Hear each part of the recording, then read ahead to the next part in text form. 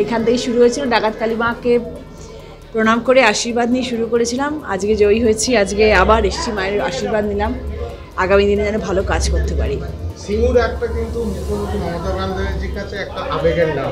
নিশ্চয়ই, আমি সেই জন্যই আমার ইচ্ছে ছিল আমি যাতে সিঙ্গুর দিয়ে শুরু করতে পারি কাজ, এটা আমার ভীষণ ইচ্ছে ছিল এবং সেই জন্যই আমি সিঙ্গুর দিয়ে শুরু করলাম। দাদুর দিদির এটা আন্দোলনের জায়গা ছিল এবং আজকে হুগলি জেলা দিদিকে আমি উপহার দিতে পেরেছি, এর থেকে বড় কিছু আমার কাছে নেই।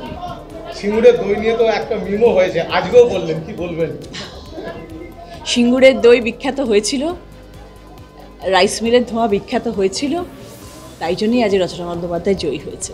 মানুষের মন ছুঁয়ে গেছে তাই জন্যে, আর এই দইকে আমি পৃথিবী বিখ্যাত করবো এবার।